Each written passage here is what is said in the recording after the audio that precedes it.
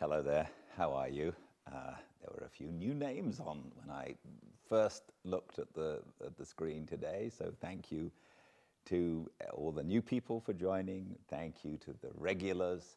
As you all know, you can, when you miss a chapter, go to Fireside Reading on the YouTube channel, and all the chapters are put up there, and you can rewatch them or watch them for the first time there so that you can catch up on Instagram. And on Instagram, they're repeated for the whole day. My name is Gildart, and I'm an actor, and I'm an audiobook narrator, and I do fireside readings to you.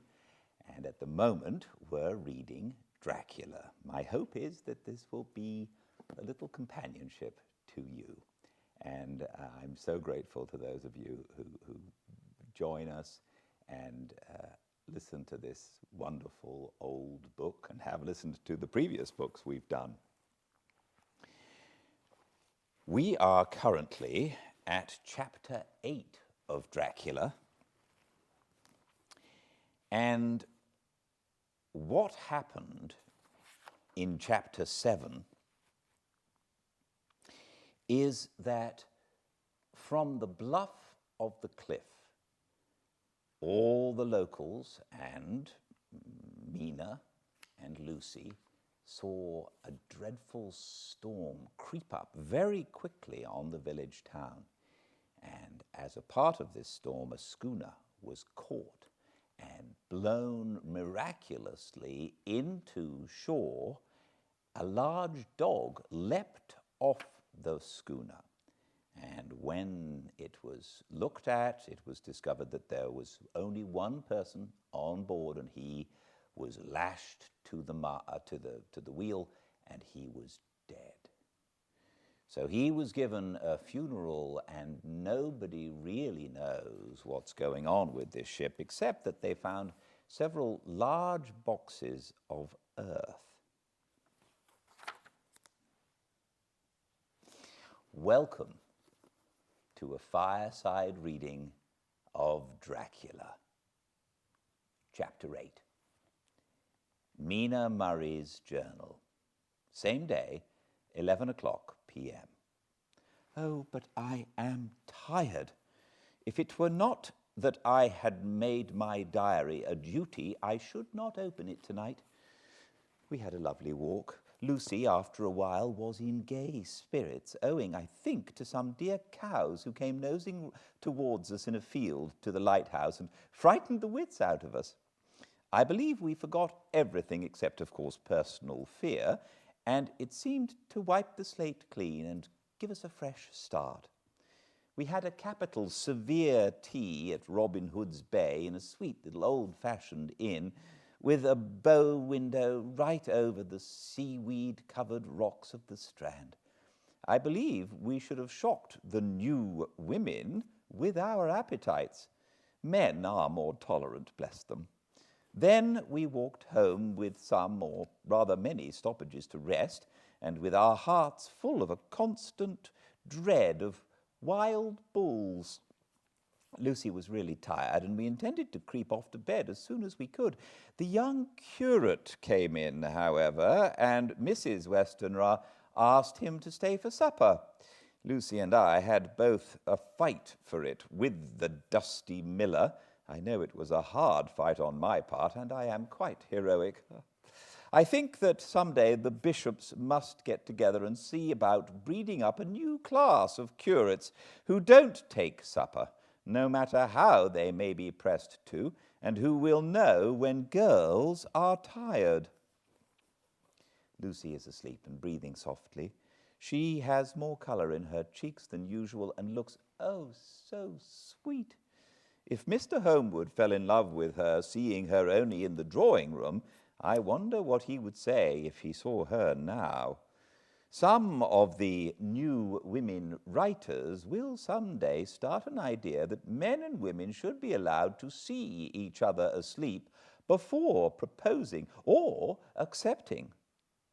But I suppose the new women won't condescend in future to accept. She will be doing the proposing herself.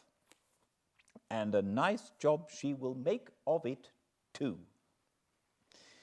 There's some consolation in that. I am so happy tonight because dear Lucy seems better.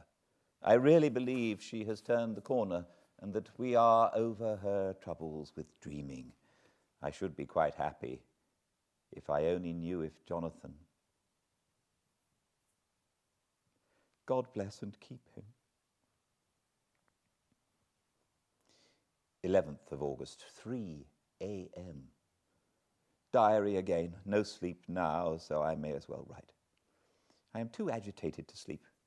We have had such an adventure, such an agonizing experience. I fell asleep as soon as I had closed my diary. Suddenly, I became broad awake and sat up with a horrible sense of fear upon me and of some feeling of emptiness around me. The room was dark, so I could not see Lucy's bed. I stole across and felt for her. Her bed was empty. I lit a match and found that she was not in the room. The door was shut, but not locked, as I had left it. I feared to wake her mother, who has been more than usually ill lately, so threw on some clothes and got ready to look for her. As I was leaving the room, it struck me that the clothes she wore might give me some clue to her dreaming intention. Dressing gown would mean house. Dress, outside. Dressing gown and dress were both in their places. Thank God, I said to myself. She cannot be far, as she is only in her night-dress. I ran downstairs and looked in the sitting room. Not there. Then I looked in all the other open rooms of the house, with an ever-growing fear chilling my heart. Finally, I came to the hall door and found it open. It was not wide open, but the catch of the lock had not caught. The people of the house are careful to lock the door every night, so I feared that Lucy must have gone out as she was. There was no time to think of what might happen. A vague, overmasking fear obscured all details. I took a big, heavy shawl and ran out. The clock was striking 1 as I was in the crescent, and there was not a soul in sight. I ran along the north terrace, but could see no sign of the white figure which I expected. At the end of the west cliff above the pier, I looked across the harbour to the east cliff in the hope or fear, I don't know which, of seeing Lucy in our favourite seat. There was a bright full moon with heavy black driving clouds which threw the whole scene into a fleeting diorama of light and shade as they sailed across. For a moment or two I could see nothing as the shadow of a cloud obscured St. Mary's Church and all around it. Then, as the cloud passed, I could see the ruins of the abbey coming into view, and as the edge of a narrow band of light, as sharp as a sword cut, moved along, the church and the churchyard became gradually visible. Whatever my expectation was, it was not disappointed. For there, on our favourite seat, the silver light of the moon struck a half-reclining figure, snowy white. The coming of the cloud was too quick for me to see much, for shadow shut down on light almost immediately, but it seemed to me as though something dark stood behind the seat where the white figure shone and bent over it. What it was, whether man or beast, I could not tell. I did not wait to catch another glance, but flew down the steep steps to the pier and along by the fish market to the bridge, which was the only way to reach the east cliff. The town seemed as dead, not for a soul did I see. I rejoiced that it was so, for I wanted no witness of poor Lucy's condition. The time and distance seemed endless, and my knees trembled, and my breath came laboured as I toiled up the endless steps to the abbey. I must have gone fast, and yet it seemed to me as if my feet were weighed with lead, and though every joint in my body were rusty. When I got almost to the top, I could see the seat and the white figure, for I was now close enough to distinguish it, even through the spells of shadow. There was undoubtedly something long and black, bending over the half-reclining white figure. I called in fright, "Lucy! Lucy!" and something raised a head, and from where I was, I could see a white face and red, gleaming eyes. Lucy did not answer, and I ran on to the entrance of the churchyard. As I entered, the church was between me and the seat, and for a minute or so I lost sight of her. When I came in view again, the cloud had passed, and the moonlight struck so brilliantly that I could see Lucy half reclining, with her head lying over the back of the seat. She was quite alone, and there was not a sign of any living thing about.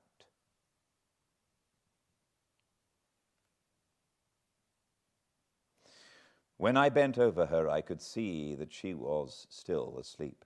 Her lips were parted, and she was breathing, not softly, as usual with her, but in long, heavy gasps, as though striving to get her lungs full at every breath. As I came close, she put up her hand in her sleep and pulled the collar of her nightdress close around her throat. Whilst she did so, there came a little shudder through her, as though she felt the cold. I flung the warm shawl over her and drew the edges tight around her neck, for I dreaded lest she should get some deadly chill from the night air, unclad as she was. I feared to wake her all at once, so, in order to have my hands free that I might help her, I fastened the shawl at her throat with a big safety pin.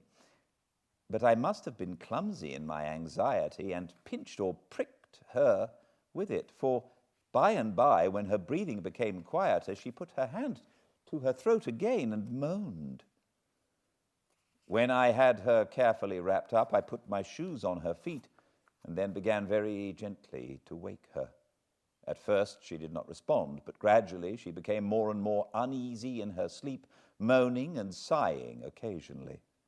At last, as time was passing fast, and for many other reasons, I wished to get her home at once. I shook her more forcibly, till finally she opened her eyes and awoke. She did not seem surprised to see me, as of course she did not realize all at once where she was. Lucy always wakes prettily, and even at such a time when her body must have been chilled with cold, and her mind somewhat appalled at waking unclad in a churchyard at night, she did not lose her grace. She trembled a little and clung to me. When I told her to come at once with me home, she rose without a word, with the obedience of a child. As we passed along, the gravel hurt my feet, and Lucy noticed me wince. She stopped and wanted to insist upon my taking my shoes, but I would not. However, when we got to the pathway outside the churchyard, where there was a puddle of water remaining from the storm, I daubed my feet with mud, using each foot in turn on the other, so that as we went home, no one, in case we should meet anyone, should notice my bare feet. Fortune favored us, and we got home without meeting a soul. Once we saw a man who seemed not quite sober passing along a street in front of us, but we hid in a door till he had disappeared up an opening, such as there are here, steep with closes, or winds, as they call them in Scotland. My heart beat so loud all the time that sometimes I thought I should faint. I was filled with anxiety about Lucy, not only for her health, lest she should suffer from the exposure, but for her reputation, in case the story should get wind. When we got in and had washed our feet and had said a prayer of thankfulness together, I tucked her into bed. Before falling asleep, she asked, even implored me, not to say a word to anyone, even her mother, about her sleepwalking adventure. I hesitated at first to promise, but on thinking of the state of her mother's health and how the knowledge of such a thing would fret her, and thinking, too, of how such a story might become distorted, nay, infallibly would, in case it should leak out, I thought it wiser to do so. I hope I did right. I have locked the door and the key is tied to my wrist, so perhaps I shall not be again disturbed. Lucy is sleeping soundly. The reflex of the dawn is high and far over the sea. Same day, noon. All goes well. Lucy slept till I woke her and seemed not to have even changed her side. The adventure of the night does not seem to have harmed her. On the contrary, it has benefited her, for she looks better this morning than she has done in weeks. I was sorry to notice that my clumsiness with the safety pin hurt her. Indeed, it might have been serious, for the skin of her throat was pierced. I must have pinched up a piece of loose skin and have transfixed it, for there are 2 little red points like pinpricks, and on the band of her nightdress was a drop of blood. When I apologized and was concerned about it, she laughed and petted me and said she did not even feel it. Fortunately, it cannot leave a scar, as it is so tiny. Same day, night. We passed a happy day. The air was clear and the sun bright, and there was a cool breeze. We took our lunch to Mulgrave Woods, Mrs. Westenra driving by the road and Lucy and I walking by the cliff path and joining her at the gate. I felt a little sad myself, for I could not but feel how absolutely happy it would have been had Jonathan been with me. But there, I must only be patient. In the evening, we strolled in the casino terrace and heard some good music by Spohr and Mackenzie and went to bed early. Lucy seems more restful than she has been in some time and fell asleep at once. I shall lock the door and secure the key the same as before, though I do not expect any trouble tonight. 12th of August. My expectations were wrong. For twice during the night I was wakened by Lucy trying to get out. She seemed, even in her sleep, to be a little impatient at finding the door shut, and went back to bed under a sort of protest. I woke with the dawn and heard the birds chirping outside of the window. Lucy woke too, and, I was glad to see, was even better than on the previous morning. All her old gaiety of manner seemed to have come back, and she came and snuggled in beside me and told me all about Arthur. I told her how anxious I was about Jonathan, and then she tried to comfort me. Well, she succeeded somewhat, for though sympathy can't alter facts, it can help to make them more bearable. 13th of August. Another quiet day, and to bed with the key on my wrist as before. Again I awoke in the night and found Lucy sitting up in bed, still asleep, pointing at the window. I got up quietly and, pulling aside the blind, looked out. It was brilliant moonlight, and the soft effect of the light over the sea and sky, merged together in one great silent mystery, was beautiful beyond words. Between me and the moonlight flitted a great bat, coming and going in great whirling circles. Once or twice it came quite close, but was, I suppose, frightened at seeing me, and flitted away across the harbour towards the Abbey. When I came back from the window, Lucy had lain down again and was sleeping peacefully. She did not stir again all night. 14th of August, on the East Cliff, reading and writing all day. Lucy seems to have become as much in love with the spot as I am, and it is hard to get her away from it when it is time to come home for lunch or tea or dinner. This afternoon she made a funny remark. We were coming home for dinner and had come to the top of the steps up from the West Pier and stopped to look at the view, as we generally do. The setting sun, low in the sky, was just dropping behind Kettleness. The red light was thrown over on the East Cliff and the old Abbey and seemed to bathe everything in a beautiful rosy glow. We were silent for a while, and suddenly Lucy murmured, as if to herself, "His red eyes again. They are just the same." It was such an odd expression, coming apropos of nothing, that it quite startled me. I slewed round a little so as to see Lucy well without seeming to stare at her, and saw that she was in a half-dreamy state, with an odd look on her face that I could not quite make out. So I said nothing, but followed her eyes. She appeared to be looking over at our own seat, whereupon was a dark figure seated, alone. I was a little startled myself, for it seemed for an instant as if the stranger had great eyes like burning flames. But a second look dispelled that illusion. The red sunlight was shining on the windows of St. Mary's Church behind our seat, and as the sun dipped, there was just sufficient change in the refraction and reflection to make it appear as if the light moved.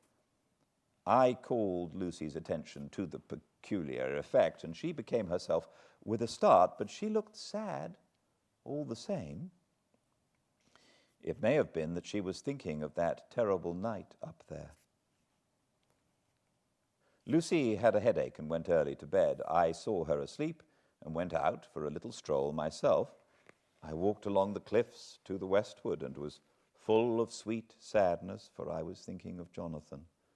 When coming home, it was then bright moonlight, so bright that though the front of our part of the crescent was in shadow, everything could be well seen. I threw a glance up at our window and saw Lucy's head leaning out. I thought that perhaps she was looking out for me, so I opened my handkerchief and waved it. She did not notice or make any movement whatever. Just then, the moonlight crept round an angle of the building, and the light fell on the window. There, distinctly, was Lucy, with her head lying up against the side of the windowsill and her eyes shut. She was fast asleep, and by her, seated on the windowsill, was something that looked like a good-sized bird. I was afraid she might get a chill, so I ran upstairs, but as I came into the room, she was moving back to the bed, fast asleep and breathing heavily. She was holding her hand to her throat, as though to protect it from cold. I did not wake her, but tucked her up warmly. I have taken care that the door is locked and that the window securely fastened. She looks so sweet as she sleeps, but she is paler than is her wont, and there is a drawn, haggard look under her eyes, which I do not like. I fear she is fretting about something. I wish I could find out what it is. 15th of August. Rose later than usual. Lucy was languid and tired and slept on after we had been called. We had a happy surprise at breakfast. Arthur's father is better and wants the marriage to come off soon. Lucy is full of quiet joy, and her mother is glad and sorry at once. Later on in the day, she told me the cause. She is grieved to lose Lucy as her very own, but she is rejoiced that she is soon to have someone to protect her. Poor dear sweet lady. She confided to me that she has got her death warrant. She has not told Lucy and made me promise secrecy. Her doctor told her that within a few months at most, she must die, for her heart is weakening. At any time, even now, a sudden shock would be almost sure to kill her. Ah, we were wise to keep from her the affair of the dreadful night of Lucy's sleepwalking. 17th of August. No diary for 2 whole days. I have not had the heart to write. Some sort of shadowy pall seems to be coming over our happiness. No news from Jonathan, and Lucy seems to be growing weaker, whilst her mother's hours are numbering to a close. I do not understand Lucy's fading away as she is doing. She eats well and sleeps well and enjoys the fresh air, but all the time the roses in her cheeks are fading, and she gets weaker and more languid day by day.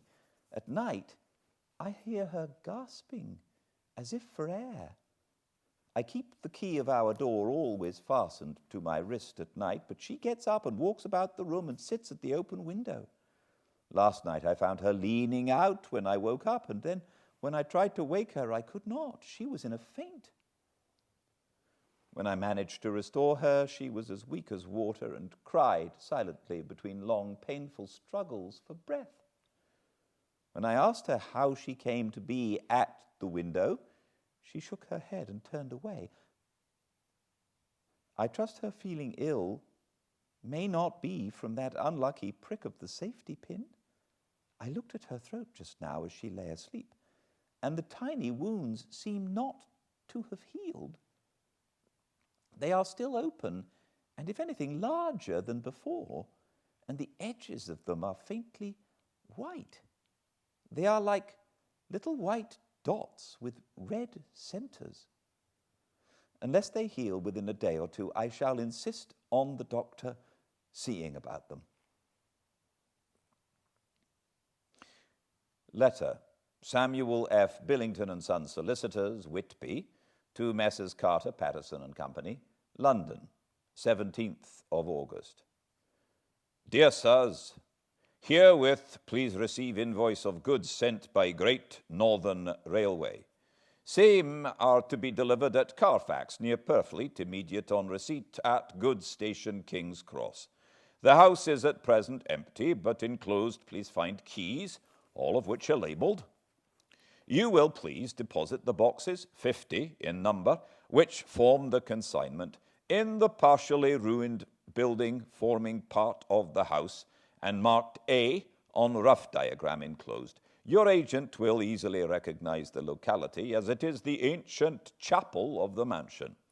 The goods leave by the train at 9:30 tonight and will be due at King's Cross at 4:30 tomorrow afternoon.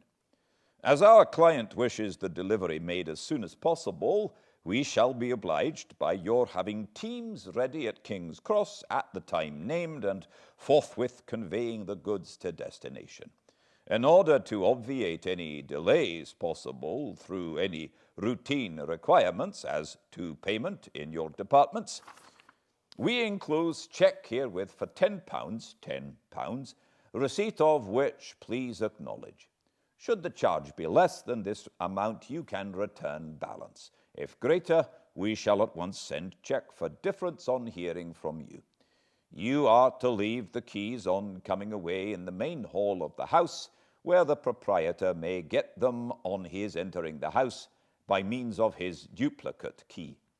Pray do not take us as exceeding the bounds of business courtesy in pressing you in all ways to use the utmost expedition. We are, dear sirs, faithfully yours, Samuel F. Billington and Son. Letter, Messrs. Carter, Patterson and Son, London, to Messrs. Billington and Son, Whitby.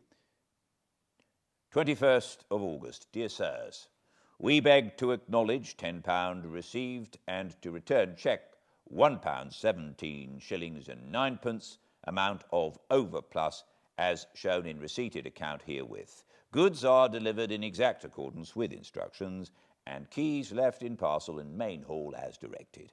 We are, dear sirs, yours respectfully, Pro. Carter, Patterson and Company.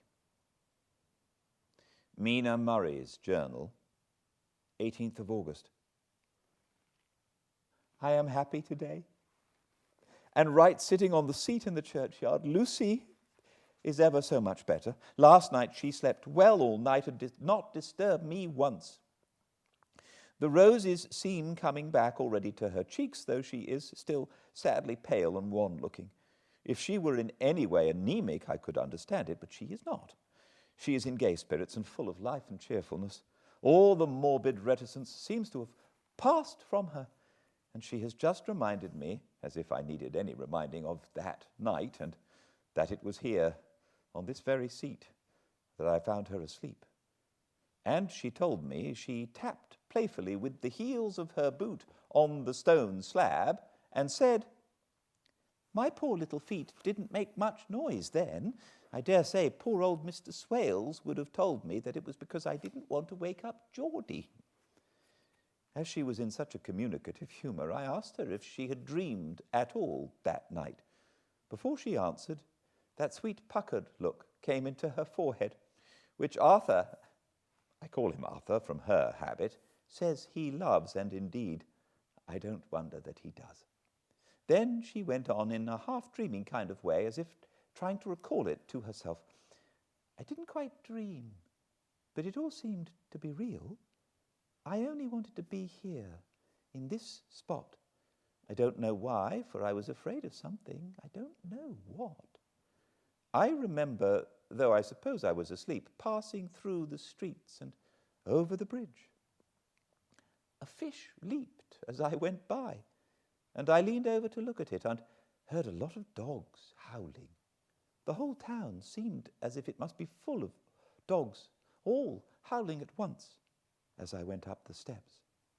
Then I had a vague memory of something long and dark with red eyes, just as we saw in the sunset, and something very sweet and very bitter all around me at once. And then I seemed sinking into deep green water, and there was a singing in my ears, as I have heard there is to drowning men. And then everything seemed passing away from me. My soul seemed to go out from my body and float about the air. I seemed to remember that once the West Lighthouse was right under me. And then there was a sort of agonizing feeling, as if I were in an earthquake, and I came back and found you shaking my body. I saw you do it before I felt you." Then she began to laugh. It seemed a little uncanny to me, and I listened to her breathlessly. I did not quite like it, and thought it better not to keep her mind on the subject, so we drifted on to other subjects, and Lucy was like her old self again. When we got home, the fresh breeze had braced her up, and her pale cheeks were really more rosy. Her mother rejoiced when she saw her, and we all spent a very happy evening together. 19th of August. Joy, joy, joy. Although not all joy. At last news of Jonathan. The dear fellow has been ill. That is why he did not write. I am not afraid to think it or say it, now that I know it. Mr. Hawkins sent me on the letter and wrote himself oh so kindly. I am to leave in the morning and go over to Jonathan and to help to nurse him if necessary, and to bring him home. Mr. Hawkins says it would not be a bad thing if we were to be married out there. I have cried over the good sister's letter till I can feel it wet against my bosom, where it lies. It is of Jonathan, and must be next to my heart, for he is in my heart. My journey is all mapped out and my luggage ready. I'm only taking one change of dress. Lucy will bring my trunk to London and keep it till I send for it may be that I must write no more. I must keep it to say to Jonathan, my husband. The letter that he has sent and touched must comfort me till we meet. Letter, Sister Agatha, Hospital of St. Joseph and St. Mary, Budapest, to Miss Wilhelmina Murray. 12th August. Dear Madam, I write by desire of Mr. Jonathan Harker, who is himself not strong enough to write, though progressing well, thanks to God and Saint Joseph and Saint Mary. He has been under our care for nearly 6 weeks, suffering from a violent brain fever. He wishes me to convey his love and to say that by this post I write for him to Mr. Peter Hawkins, Exeter, to say, with his dutiful respects, that he is sorry for his delay and that all of his work is completed. He will require further few weeks' rest in our sanatorium in the hills, but will then return. He wishes me to say that he has not sufficient money with him, and that he would like to pay for his staying here, so that others who need shall not be wanting for help. Believe me, yours with sympathy and all blessings, Sister Agatha. P.S. My patient being asleep, I opened this to let you know something more. He has told me all about you, and that you are shortly to be his wife. All blessings to you both. He has had some fearful shock, so says our doctor, and in his delirium his ravings have been dreadful, of wolves and poison and blood, of ghosts and demons, and I fear to say of what. Be careful with him always, that there may be nothing to excite him of this kind for a long time to come. The traces of such an illness as his do not lightly die away. We should have written long ago, but we knew nothing of his friends, and there was on him nothing that anyone could understand. He came in the train from Klausenberg, and the guard was told by the station master there that he rushed into the station shouting for a ticket for home. Seeing from his violent demeanor that he was English, they gave him a ticket for the furthest station on the way thither that the train reached. Be assured that he is well cared for. He has won all hearts by his sweetness and gentleness.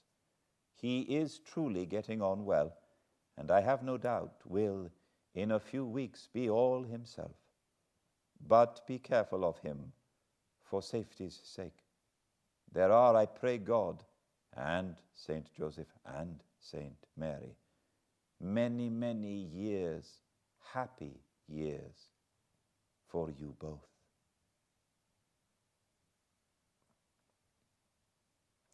Dr. Seward's diary. 19th of August. Strange and sudden change in Renfield last night. About 8 o'clock, he began to get excited and to sniff about as a dog does when setting. The attendant was struck by his manner and, knowing my interest in him, encouraged him to talk. He is usually respectful to the attendant and at times servile, but tonight the man tells me he was quite haughty, would not condescend to talk with him at all. All he would say was, I don't want to talk to you. You don't count now. The master is at hand. The attendant thinks it is some sudden form of religious mania which has seized him. If so, we must look out for squalls, for a strong man with homicidal and religious mania at once might be dangerous. The combination is a dreadful one. At 9 o'clock I visited him myself. His attitude to me was the same as that to the attendant in his sublime self-feeling. The difference between myself and the attendant seemed to him as nothing. It looks like religious mania, and he will soon think that he himself is God. These infinitesimal distinctions between man and man are too paltry for an omnipotent being. How these madmen give themselves away. The real God taketh heed, lest a sparrow fall, but the God created from human vanity sees no difference between an eagle and a sparrow. Oh, if men only knew. For half an hour or more, Renfield kept getting excited in greater and greater degree. I did not pretend to be watching him, but I kept strict observation all the same. All at once, that shifty look came into his eyes, which we always see when a madman has seized an idea, and with it the shifty movement of the head and back, which asylum attendants come to know so well. He became quite quiet and went and sat on the edge of his bed resignedly and looked into space with lackluster eyes. I thought I would find out if his apathy were real or only assumed, and tried to lead him to talk of his pets, a theme which had never failed to excite his attention. At first he made no reply, but at length said testily, "Bother them all. I don't care a pin about them." "What?" I said. "You don't mean to tell me you don't care about spiders?" Spiders at present are his hobby, and the notebook is filling up with columns of small figures. To this he answered enigmatically, "The bride maidens rejoice the eyes that wait the coming of the bride. But when the bride draweth nigh, then the maidens shine not to the eyes that are filled." He would not explain himself, but remained obstinately seated on his bed all the time I remained with him. I am weary tonight and in low spirits. I cannot but think of Lucy and how different things might have been. If I don't sleep at once, chloral, the modern Morpheus, C2HCI30, H2O. I must be careful not to let it grow into a habit. No, I shall not take any tonight. I have thought of Lucy, and I shall not dishonor her by mixing the two. If need be, tonight shall be sleepless. Later, glad I made the resolution, gladder that I kept to it. I had lain tossing about and had heard the clock strike only twice, when the night watchman came to me, sending up from the ward to say that Renfield had escaped. I threw on my clothes and ran down at once. My patient is too dangerous a person to be roaming about. Those ideas of his might work out dangerously with strangers. The attendant was waiting for me. He said he had seen him not 10 minutes before, seemingly asleep in his bed, when he had looked through the observation trap in the door. His attention was called by the sound of the window being wrenched out. He ran back and saw his feet disappear through the window and had at once sent up for me. He was only in his night gear and cannot be far off. The attendant thought it would be more useful to watch where he should go than to follow him, as he might lose sight of him whilst getting out of the building by the door. He is a bulky man and couldn't get through the window. I am thin, so with his aid I got out, but feet foremost, and as we were only a few feet above ground, landed unhurt. The attendant told me the patient had gone to the left and had taken a straight line, so I ran as quickly as I could. As I got through the belt of trees, I saw a white figure scale the high wall which separates our grounds from those of the deserted house. I ran back at once, told the watchman to get 3 or 4 men immediately and follow me into the grounds of Carfax, in case our friend might be dangerous. I got a ladder myself and, crossing the wall, dropped down on the other side. I could see Renfield's figure just disappearing behind the angle of the house, so I ran after him. On the far side of the house, I found him pressed close against the old iron-bound oak door of the chapel. He was talking, apparently to someone, but I was afraid to go near enough to hear what he was saying, lest I might frighten him and he should run off. Chasing an errant swarm of bees is nothing to following a naked lunatic when the fit of escaping is upon him. After a few minutes, however, I could see that he did not take note of anything around him, and so ventured to draw nearer to him, the more so as my men had now crossed the wall and were closing him in. I heard him say, "I am here to do your bidding, master. I am your slave, and you will reward me, for I shall be faithful. I have worshipped you long and afar off. Now that you are near, I await your commands, and you will not pass me by, will you, dear master, in your distribution of good things?" He is a selfish old beggar anyhow. He thinks of the loaves and fishes even when he believes he is in a real presence. His manias make a startling combination. When we closed in on him, he fought like a tiger. I never saw a lunatic in such a paroxysm of rage before, and I hope I shall not again. It is a mercy that we have found out his strength and his danger in good time. With strength and determination like his, he might have done wild work before he was caged. He is safe now, at any rate. Jack Shepherd himself couldn't get free from the strait waistcoat that keeps him restrained, and he's chained to the wall in the padded room. His cries are at times awful, but the silences that follow are more deadly still, for he means murder in every turn and movement. Just now he spoke coherent words for the first time. I shall be patient, master.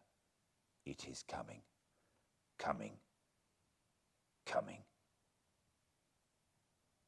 So, I took the hint and came to. I was too excited to sleep, but this diary has quieted me, and I feel I shall get some sleep tonight.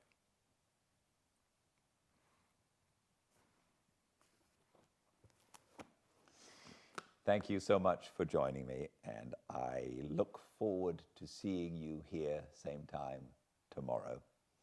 Until then, please be very well. Good night.